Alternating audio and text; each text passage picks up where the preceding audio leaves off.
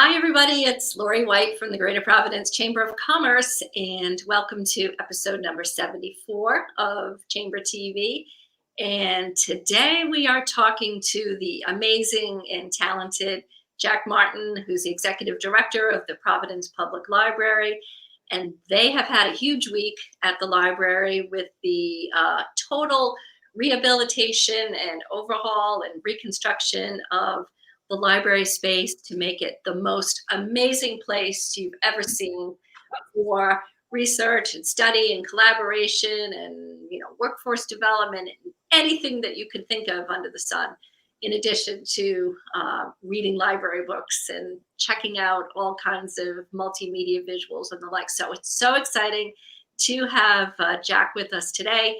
And he's going to lead us on a virtual tour, if you will, of various parts of the library and show us examples and some snippets of the grand opening celebration that was held earlier this week. So we'll get a bird's eye view and right into the main foyer of the lobby. And I think that what you're going to see is going to shock you, because I know that it's all something that we are very, very proud of in Providence. So hi, Jack. How are you doing? How is your family? How are you making out through this kind of stressful period for you and your team?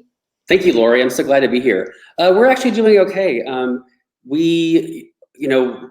I think it was March 13th when we decided to shut down the library, we went totally virtual. We sent out laptops and mobile hotspots to all of our students. For those of you who don't know, we actually have a pretty robust workforce development program here at the library. We teach coding, we teach ESOL, we teach data visualization. So we basically deployed all of that to our students, and that has been going on ever since the pandemic. The library reopened the ground floor with minimal services on July the 6th, and we've been persevering. I think for the most part, all of our staff have been well. I also understand that most of our staff's families are also well, so we've been doing okay. I last week got a COVID test myself so I could go to the Cape, escape to the Cape for a few days, but we're doing okay. Thank you. Fantastic. That's good to hear. So tell us a little bit about your background, Jack. We met just after you came to the Providence Public Library as executive director. So tell us a little bit about your very, very impressive background.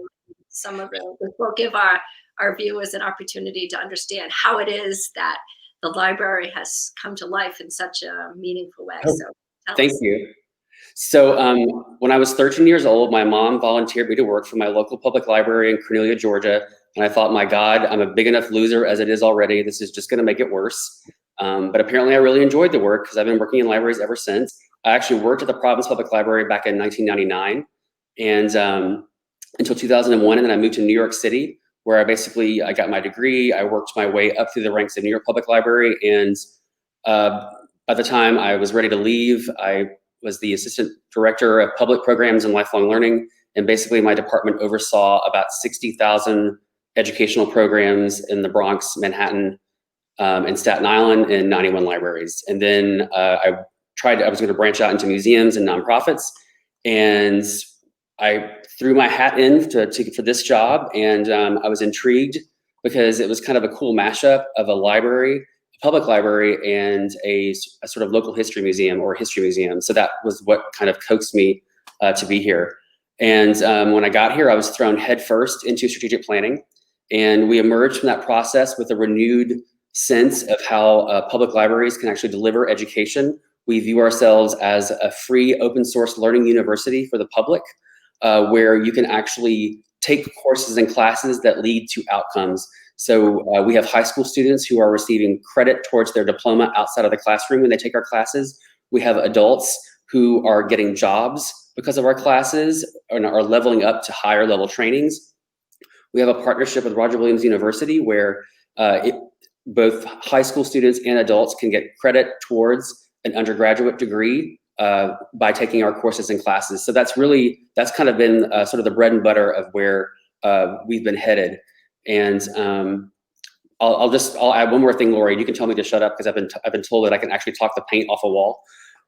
So when I got here, I did not know that we were under an obligation to the tune of about $3.5 million to fully fire protect the building after our 2012 renovation. So in thinking, so the board, in considering this new educational mission, rather than just outfitting the library as it was before with full fire protection, they decided to reimagine the entire building to fit this educational mission, and that's kind of where we've emerged today. Mm-hmm. Well, how fortuitous and fortunate at the same time. So you called it an open source learning university, correct? Correct. So that should be enough to tempt people who haven't experienced the Providence Public Library in a while to really check it out. So tell us more about what an open source learning university, aka library, is in today in a day like this. Sure. So, and I mentioned all of the educational programs because again, that is our focus. But I also just want people to know that we are still also a public library. So we have the largest circulating collection of any public library in the state. We are one of the largest net loaners of materials throughout the state. So it's for us in considering this renovation, we wanted to put that educational mission front and center. So we basically we put a 3,000 square foot education lab right on the ground floor. We have other classrooms scattered throughout the building. And so that was really our way of sort of answering to that. And we wanted to basically be able to have multiple activities happening at the same time. So I think people know that before the pandemic, we had a really robust wedding business, not now, of course, but we wanted to be able to basically host, courses and classes, maybe a musical performance in our auditorium, a class downstairs on the ground floor, a wedding, and have all these things happen concurrently.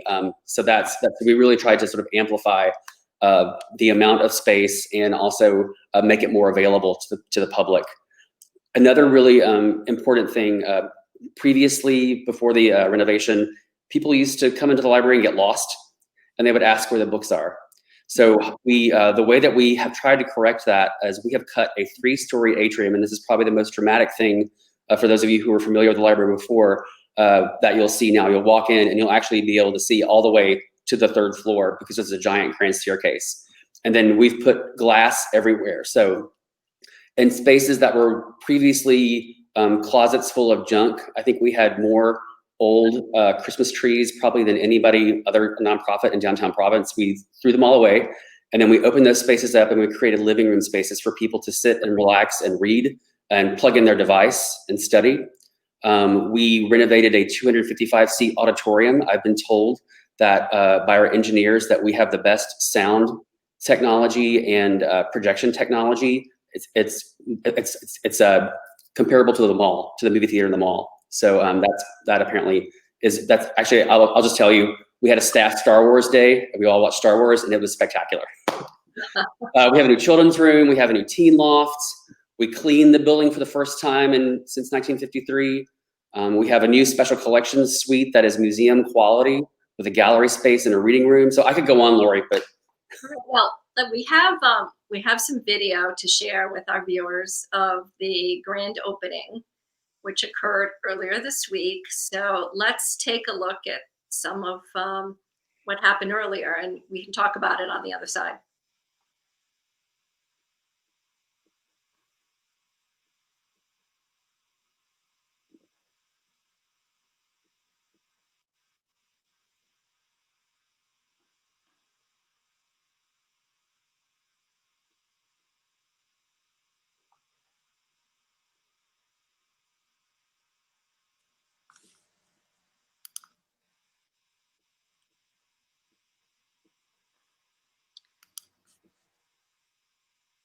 Okay, so I think we get a flavor of the fact that this is really an opening that you imagined and choreographed and brought in other aliens and players to help you introduced the space to the public. So tell us a little bit about how you made this a real theatrical production. So we basically had planned a grand reopening on March the 30th. Obviously, that did not happen. So we basically took all the elements, or as many elements of that live in-person opening, and we basically shifted that to video. So what you saw, those were not aliens. Those were actually the shelf bots, Dr. T and Dr. Tremendanus, Dr. T and the shelf bots, and they were created specifically for the library by Big Nazo. And if you watch the entire video, they basically tour the entire library, and it's a really wonderful and ridiculous experience. We also had planned to bring in the governor and the mayor and Senator Reid, but of course, again, pandemic, so they all graciously agreed to contribute a video, and their speeches are very moving. Absolutely. So this, what is the financial magnitude of this project, and where was, in addition to private fundraising, which you led so skillfully, tell us a little bit about the funding sources. Sure. So the total project is just over 28 million. We had estimated 25.5 million. So of course, unfortunately, it is over budget. But the board and I have a plan to address that. So to give you a sense of the breakdown of the funding, public libraries in Rhode Island are very lucky. The state constitution mandates that the state will reimburse public libraries for new construction or renovation for up to 50% of the project. So we are getting about $9.2 million from the state.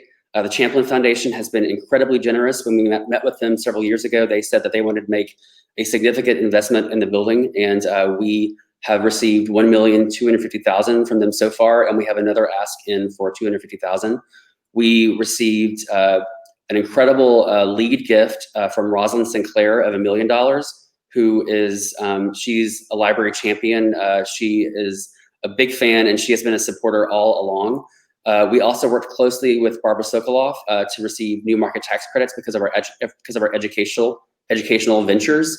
So that turned into about $4.2 million in cash. We received $440,000 from the National Endowment for the Humanities because of our special collections and our rare materials. We received $200,000 from RISCA to help with the auditorium. And then we received a $500,000 anonymous gift. So those are kind of the main gifts. And then I tell everybody that I'm still doing the capital campaign hustle every day. So if you know anyone with $7 million or more or less who loves libraries, please give me a call. Yeah, so Senator Reid was a major force in helping you to connect with the various sources of federal monies as well. And you've named some of the spaces in the library after Senator Reid. Yes, Senator Reid is a national library champion. I actually, when I go to library conferences, other librarians from around the country come to me and they're in awe of what Senator Reid has been able to do. When we talk with his staff, they essentially try to write public libraries into every piece of legislation that goes through. And I have a tremendous amount of respect for him. Yeah. Okay, so you called yourself a librarian. So now let's go to our next piece of video to show everybody just what a librarian does the rest of the day. So let's roll that video, Mike.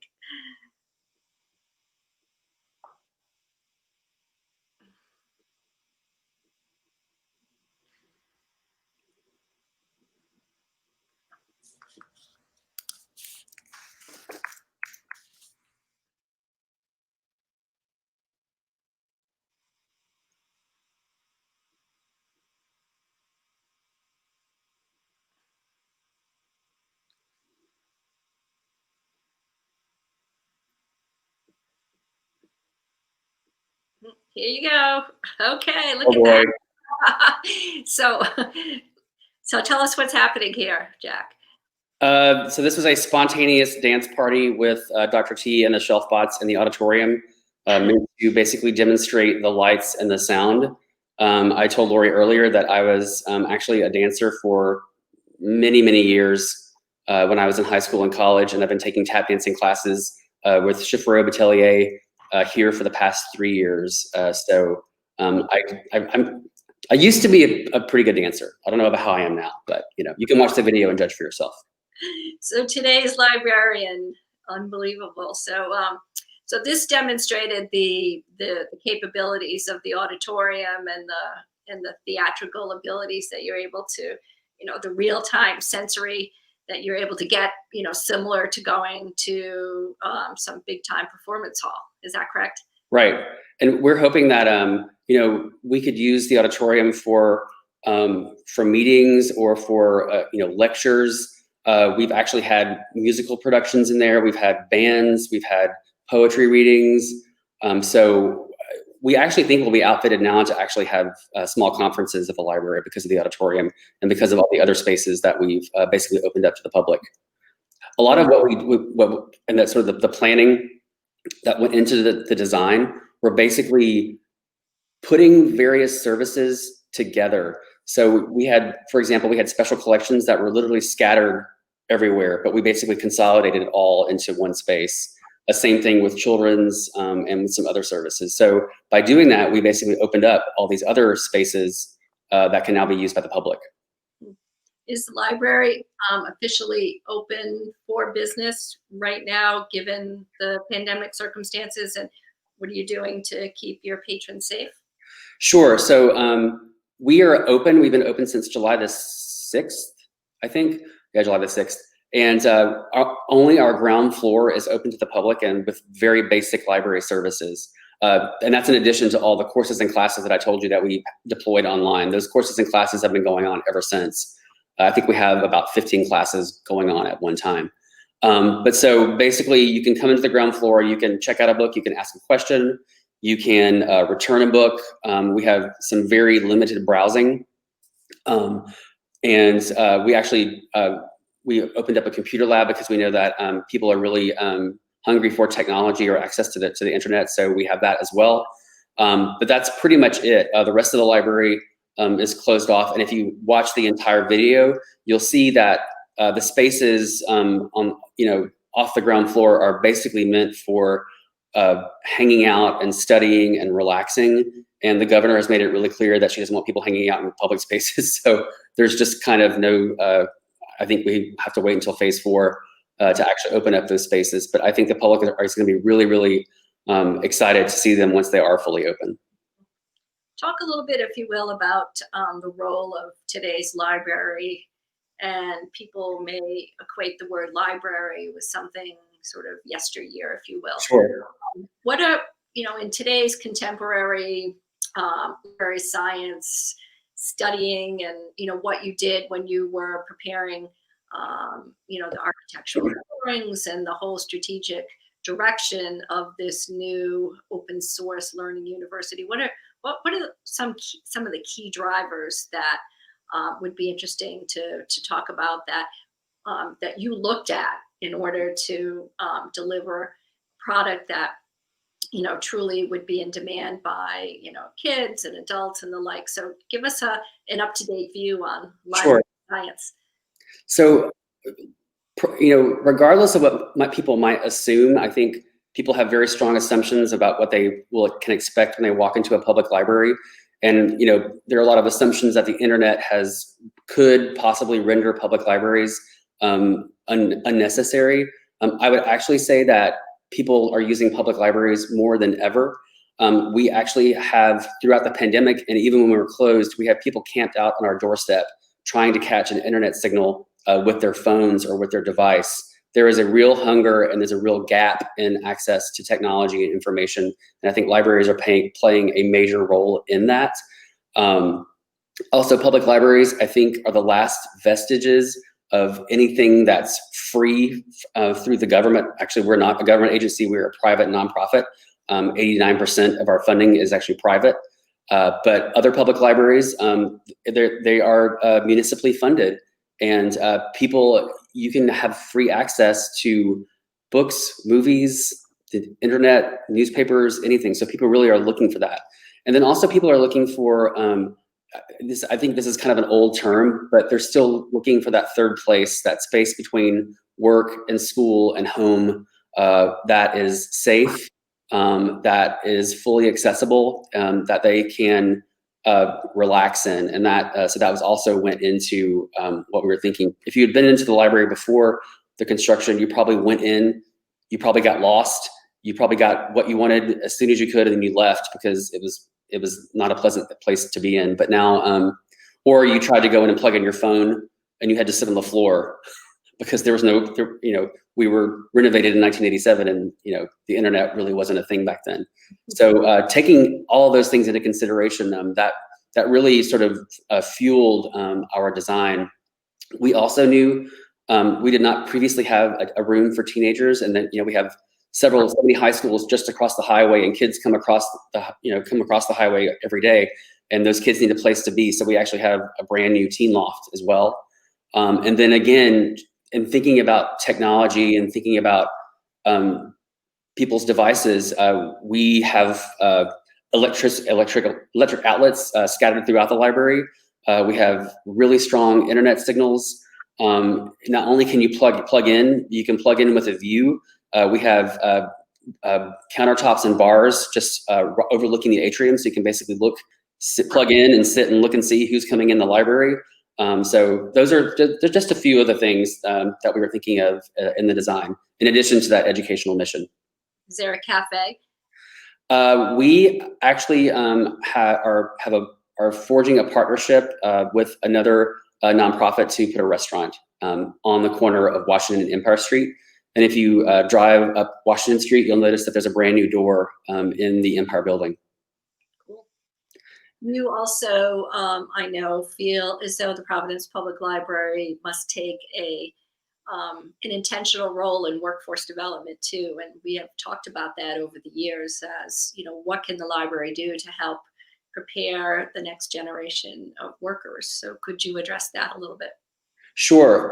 So we essentially we've always had a robust technology training program, but when the governor first came into office, there were all these reports about these new sort of technology businesses that were coming into the state, and how unequipped Rhode Islanders were to actually to get those jobs that were being offered by those new industries. So we pivoted, and we knew that the state was funding some high-level coding and sort of data visualization classes, but we learned that that those classes were too hard in a lot of cases, and people were failing out of those classes.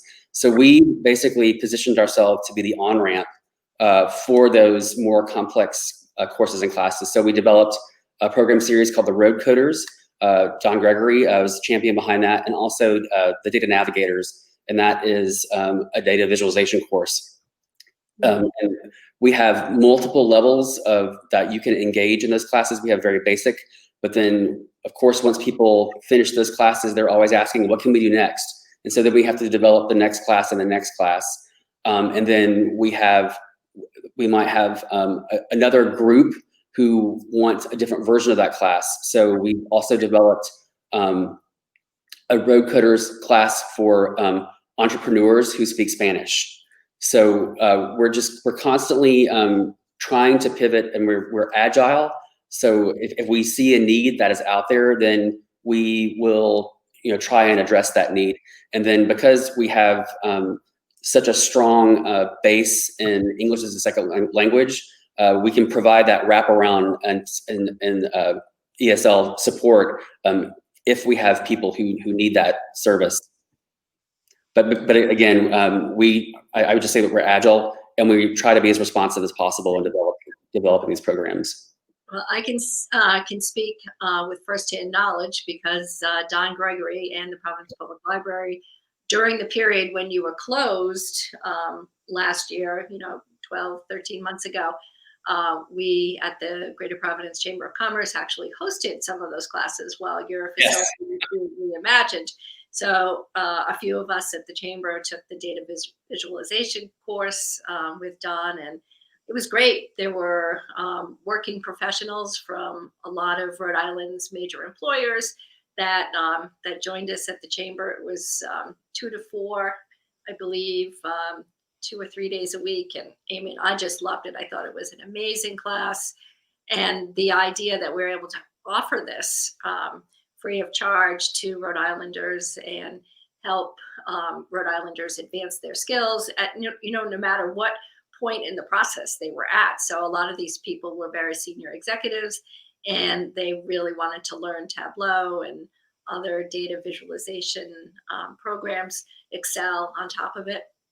So it was really great. And the idea that you're agile and you're continuing to offer these kinds of programs, and people can take them online even now during the pandemic is, I think, an amazing service. So tell us how people can connect with these online programs, and how might they register, and how long are the courses, and just give us a little bit of flavor of your online portfolio.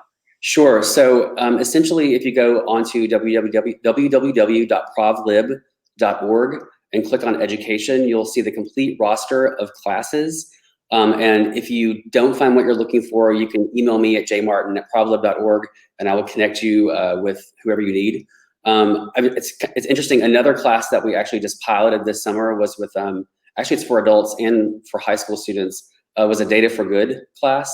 So we basically partnered with other nonprofits around the state, and our kids helped these nonprofits basically learn to analyze their data and use Tableau to sort of create a visualization of their data, and then to improve whatever services they were offering. So that's kind of another class that we've been offering as well. And so if you basically log on to our website, you'll find everything that you need there. And if you don't, then drop me a note. Is it synchronous or asynchronous learning?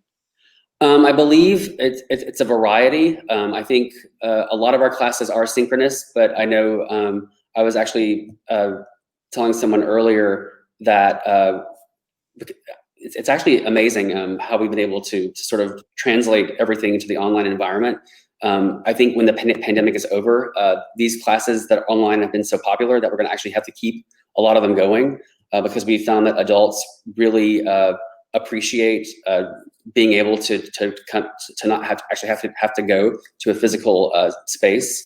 So we have some learners who are learning English who are basically, they don't have computers at home, but they have a phone. And so some of our staff have been up at 11 o'clock at night on WhatsApp, helping people with their resumes or helping people apply for jobs. So a lot of the courses and classes, to your point, are synchronous, but then we are in constant communication with our other students at their convenience. Mm-hmm.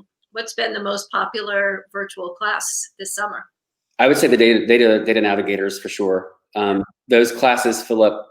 I can't believe how quickly they actually fill up. Those definitely. There's a real hunger out there to learn Tableau.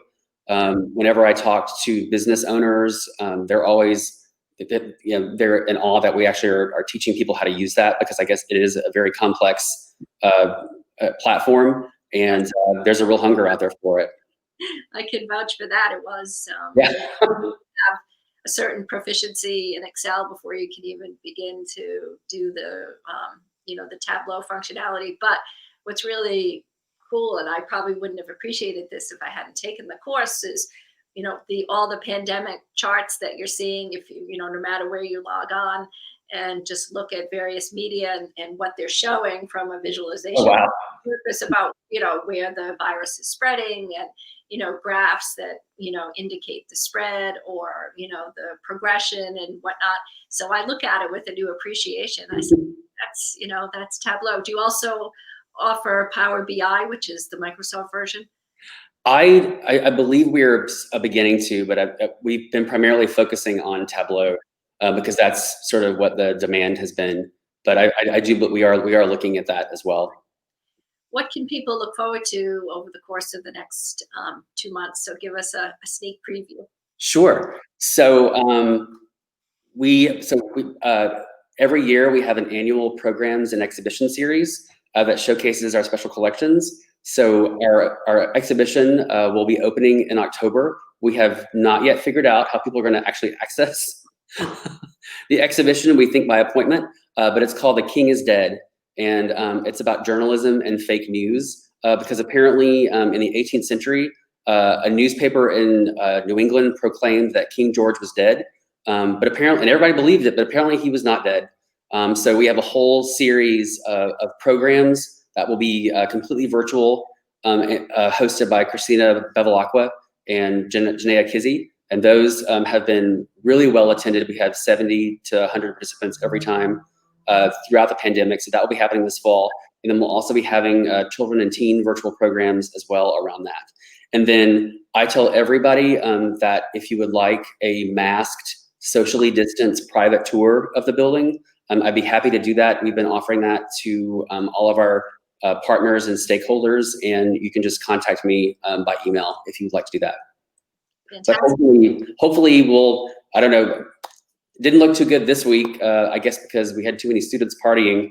But if when we're able to move into phase 4, I think people will be really excited to see the building in use in full. So we might have one more piece of video to show, and although there isn't any sound, we can talk over it, Jack, and you can tell us just very briefly what we're looking at and how this is creating, part of the overall environment at the library. Sure. So let's take another look. Okay, so what do we have here, Jack? So this is the only new window in the building, in the full renovation. So for those of you who may not know the history of the library, when the 1953 building was built, the 1900 building, which is very beautiful, was not considered to be in vogue. So basically they built the 1953 building out an additional 20 feet to block any views of the 1900 building from downtown Providence. So to fix that solution, because we know that everybody loves to look at the beautiful old 1900 building, we cut this new window in. You'll also notice that, not in this, because this is a new window, but all the other windows in this space, which is on the first floor of the library, the window sills used to be 7 feet high, so you couldn't actually see out into the street, but you could look up into the sky.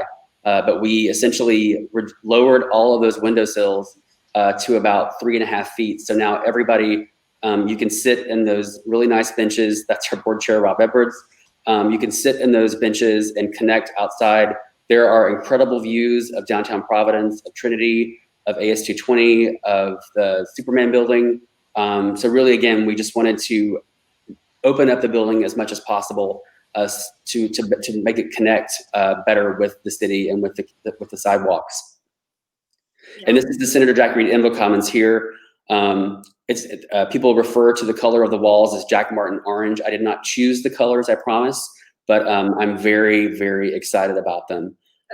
And all of these windows were also previously covered up by a 1987 renovation that put in these really ugly mezzanines, and we basically pulled all that out and opened up the space. So if you're standing in one of the big windows, if you look at the picture in front of you, immediately to my left, there's a giant window that was covered up by the 87 renovation. You can actually see all the way through the building to Fountain Street for the first time, which is pretty incredible.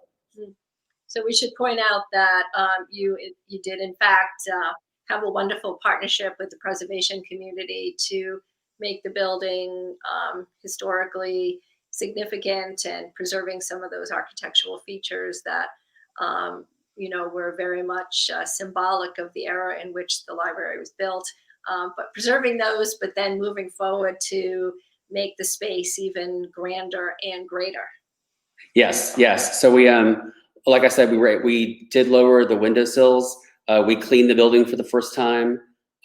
We actually repaired the stack building. The shelf angle, the shelf angle of the building was failing. The parapet of the stack building was about to fall over. So we were able to do all of those repairs. Yes. So in addition to being a dancer, you're a magician as well on many levels. I must be. I don't know. I feel like it sometimes. Yeah. So, we have a couple of minutes left, but I just want to ask you as we close, so you've been going into the building pretty much on a regular basis since May, and you no doubt have, witnessed the, I guess when you go in every day, it's more incremental than if you go back and after having been away for a long period of time. But when you go into the building, like this morning, as an example, like, do you say, wow, this is amazing? Give us a little insight into what goes on in the back of your mind when you walk in on a daily basis. Sure. So I'll share a couple of aha moments with you. So my office, for those of you who don't know, I am actually located in the 1900 building, and I face Green Street, which is the street between the Regency and the library. And it's funny, I think it was like the first week we were open in July, and I walked out of my office and I heard all these voices. I thought, what's that? And it was actually people coming in through the Empire entrance and talking. So we've opened up the building so much that I can actually hear from the 1900 building into 150 Empire Street, which I think is nuts and really exciting. I just can't believe it. Another aha moment was, I think it was maybe in the middle of I think it was probably at the end of March or early April. And I had come in with my chief operating officer, Aaron Peterman, for some reason. And it was a miserable, rainy, dark day. But I remember just standing in the atrium, and the library was so bright and so open. We were amazed that how even on, with the inclement weather, that it was still such a beautiful open space to actually be in. So those are just a couple of my aha moments. So right when we first opened, we actually had to have greeters at the door to sort of monitor the number of people who were coming in. We still do that, but now we actually have a security guard. But I loved doing that, and I love welcoming people into the building. I love when they come in and just to see the aha moment on their face when they look up and they say, "Oh my gosh." That's the biggest reward for me, is to just see the impact or just see people, look in awe of what we've managed to accomplish. How about your peers around the country? They must be in awe of what you've been able to accomplish here in Providence. Well, so we did get mentioned by the American Library Association in their Library Design Awards just this past month. And we're just now starting all the marketing and getting the word out. We've been kind of quiet on the marketing end just because we didn't want to sort of break the rules that the governor has issued with the number of people coming in. But we are going to start that process of letting people know that we're open. We actually are in the middle of the bus campaign, so you probably, if you go outside and see a RIPTA bus, you'll see Providence Public Library sign on the side of it. So tomorrow, or coming up this weekend, you have your annual gala. So just tell us a little bit about that and all the pandemic-friendly techniques and tricks and Sure. you have in store for the guests, the virtual guests. Sure. So basically our virtual Savor the Story fundraising gala was supposed to be in May, but we kicked it to September, and unfortunately we're still in phase 3. So we can't have a big event, but we are trying to make it as special as possible. So we've been working with Russell Moore Catering, who have created an incredible dinner in a box that can be served at room temperature. I'll just let you know that there is a corn bisque, there's a vegan cauliflower dish, and also tenderloin and dessert. We've also been working with Bottles Fine Wines to help curate the wine experience. So you'll get wine in a box, dinner in a box. We have flowers to give to people. And when they come in the library to pick up their boxes tomorrow, we are going to have a red carpet and a piano. So just to give them the really, really special experience. And then we have actually filmed another video for tomorrow night that actually may be even more ridiculous than the one that we showed on Monday. So we're just trying to inflect humor and inspiration tomorrow. And I think it should be a really, really great event that people can enjoy in their homes with their friends, but I think they'll still have the spirit of the library with them. Yeah. So what time does it all begin? 6:30. 6:30. We'll be here starting at 8 o'clock to hand out boxes to people. So people will have they'll be appropriately spaced throughout the day. So they'll have appointments. People will start coming early in the morning. Right. They'll pick up their flowers and their wine box and their Yes. box. And then, I bet people are planning like, small virtual parties around. Some of them are, yes. Yeah. So that sounds really amazing. And you've made it an extra sensory experience with lots of, ways to visually excite your fans and your patrons. So I think that's what it's all about today in Thank terms you, yes. of, getting people to be really engaged in what you're doing. If people are interested in donating to the library, what's the best way to do that? If you go to our website at provlib.org, there is a donate button right there. And I will say that, as I said earlier, that the library is nearly 90% privately funded. We would not exist without the support of our donors. So I would love if for people to consider giving to the library, because this is the people's library, and your contributions keeps it up and running and helps us innovate and to create all these programs that we are having to help people. Sure. And you graciously offered to lead anyone on a masked tour. So 100%. Of the library. And our friends at the library are pointing out right now that the Gala in a Box kits are sold out. So congratulations. That's amazing. Everybody loves to have a sellout. But urging folks to go on the website and watch the production and watch the ridiculous presentation, as you called it, ridiculous in quotes, and the video and the entertainment that you have so artfully designed. So there's a musical performance even. As a musical performance. Are you going to dance again? No. It's 1031 Productions created it for us. Okay. And it's so much fun. It's like the opening of La La Land. Yeah. Okay. That sounds great. So I cannot wait to watch. And Jack Martin, Executive Director of the Providence Public Library, thank you so much for chatting with us today and telling us all about the newly reimagined Providence Public Library space and ways that we can all engage and learn and gather and share and contribute to the great history of this very beautiful institution. So thank you again. Thank you to your team. Thank you, Laurie.